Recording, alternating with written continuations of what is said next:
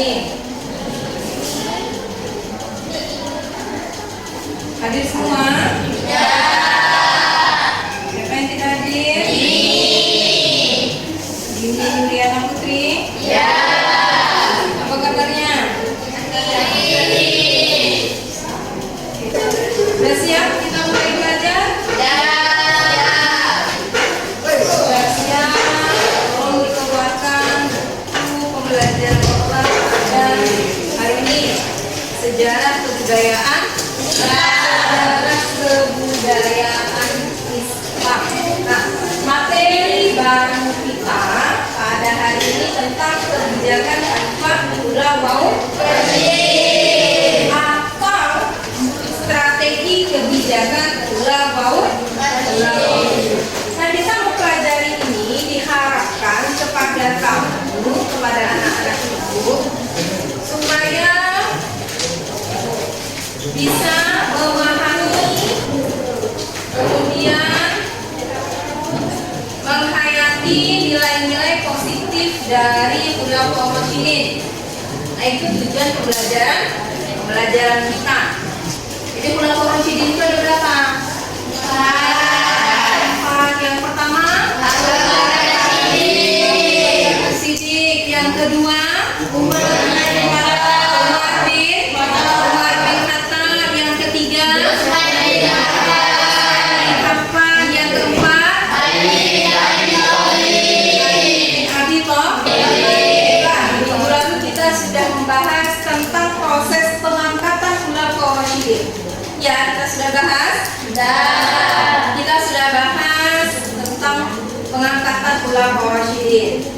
Ingat kembali, Abu Bakar itu dipilih oleh Umar bin Khattab. Iya kan? Ya. Dipilih oleh Umar bin Khattab karena yang mencalonkannya adalah Umar. Tapi awalnya Abu Bakar itu merupakan orang yang mencalonkan Umar. Tapi Umar kemudian mencalonkan Abu Bakar sehingga dibaiatlah oleh para sahabat. Yang kedua, Khalifah siapa? Umar bin Khattab. Terpilihnya bagaimana?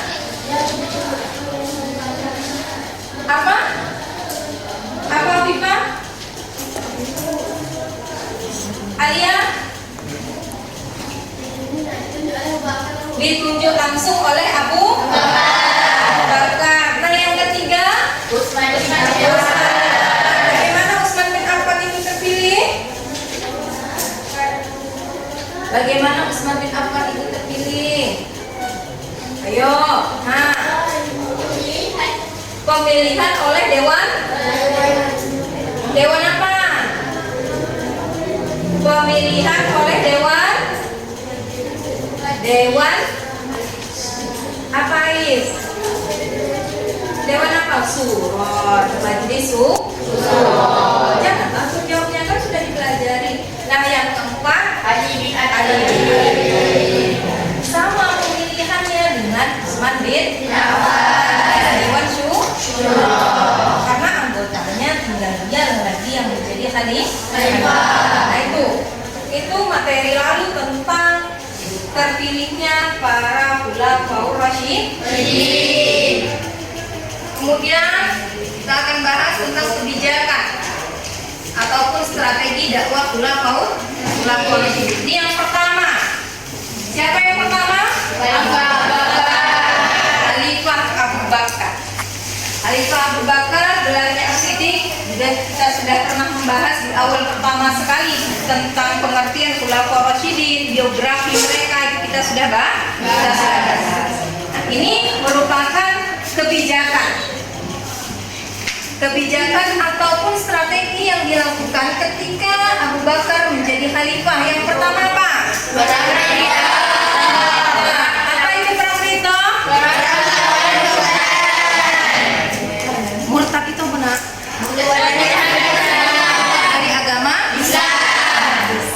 Selain dari melawan orang murtad, apa lagi? Menindak tegas kelompok yang memberontak dan menolak membayar zakat.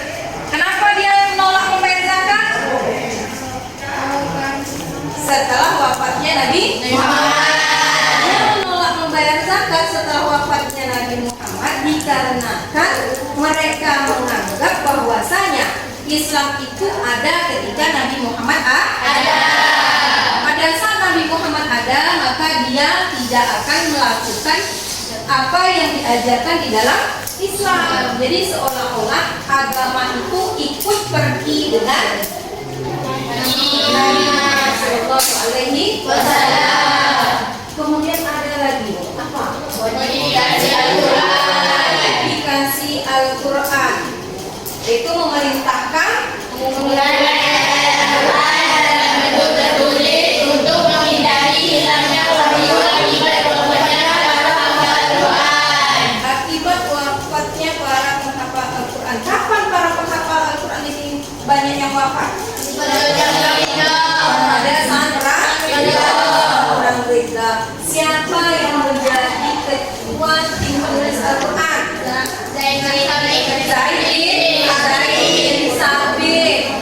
Untuk perang Ridha ada satu lagi yang di sini, yaitu pemberantasan Nabi palsu. Siapa nama Nabi palsu terkenal? Musailamah Al-Kadzdzab. Itu tentang Khalifah Abu Bakar. Ini strategi yang dia lakukan pada masa kepemerintahan Khalifah Abu Bakar.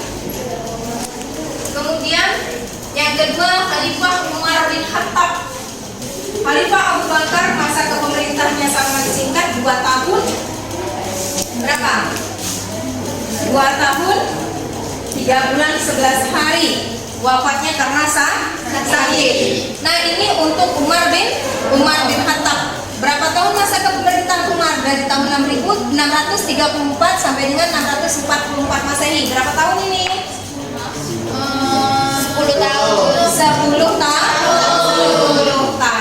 Ini kebijakannya. Kebijakan yang pertama apa? Sistem administrasi negara. Sistem administrasi negara yaitu dengan membentuk lembaga pemerintahan di Baitul Mal atau rumah harta. Ya. Berikutnya Utsman bin Affan.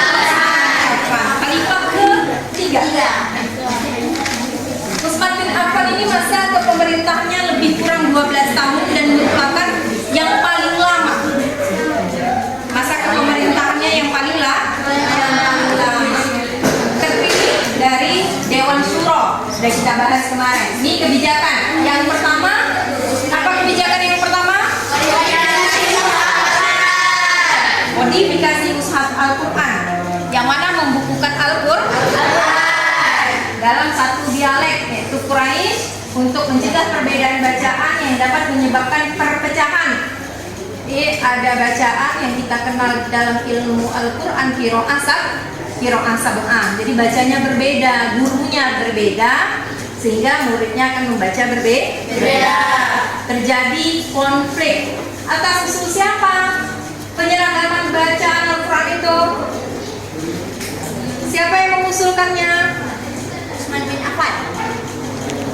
Yang mengusulkannya Huzaifah ibnu Yaman. Setelah dia diseragamkan bacaannya, kemudian dia dibuat Al-Quran itu dalam mushaf lembaran-lembaran dan diberikan kepada beberapa provinsi kepemerintahan Utsman bin Affan. Disebutlah mushaf Utsmani. Termasuk mushaf yang tertua yang berada di museum Kokak. Ini dia mushafnya. Kemudian apa lagi?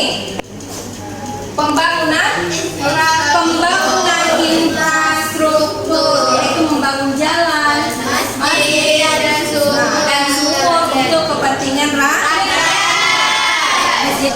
Kebijakan ekonomi, memberikan hak kepemilikan tanah kepada masyarakat untuk meningkatkan sektor pertanian. Jadi ada tanah yang diberikan hak kepemilikannya kepada masyarakat, kemudian diolahlah tanah itu di sektor pertanian. Nah, yang keempat, Khalifah Ali bin Abi Thalib. Apa dia? Yang pertama kebijakannya reformasi pendidikan. mengganti Pejabat dan manajer kompeten yang memperbaiki administrasi negara. Yang kedua, Menghadapi internal. konflik internal, konflik dari dalam ke pemerintahan Ali bin Abi Thalib. Mengutamakan ilmu dan keilmuan. Karena Ali bin Abi Thalib itu merupakan pintu gerbangnya ini.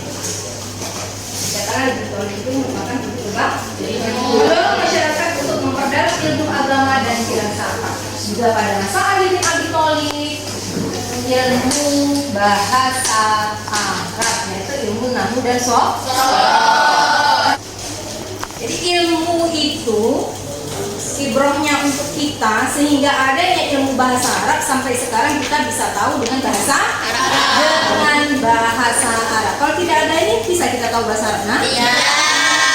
Nah, ada yang mau ditanyakan?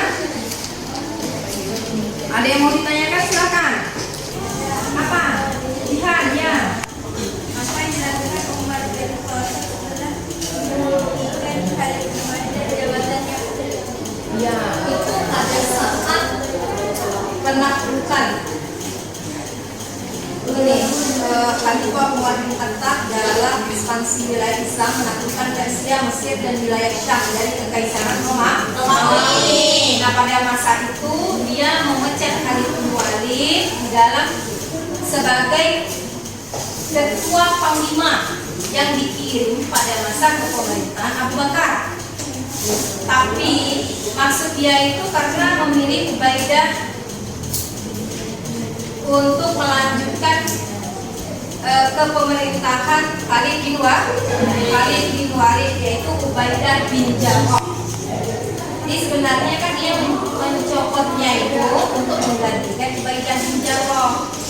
Tapi pada saat surat itu dapat, sedang terjadi perang. Kenapa dia menggantikan ini Khalid bin Walid? Ini dikarenakan Ubaidah bin Jarrah itu pernah diusulkan oleh Rasulullah SAW untuk menjadi panglima. Makanya mereka melanjutkan usulan itu supaya melanjutkan amanah dari Rasulullah SAW. Sudah. Alhamdulillah, kalau sudah paham, silakan kalian kerjakan tugas halaman 96 bagian H buku paketnya. Semoga pembelajaran hari ini dapat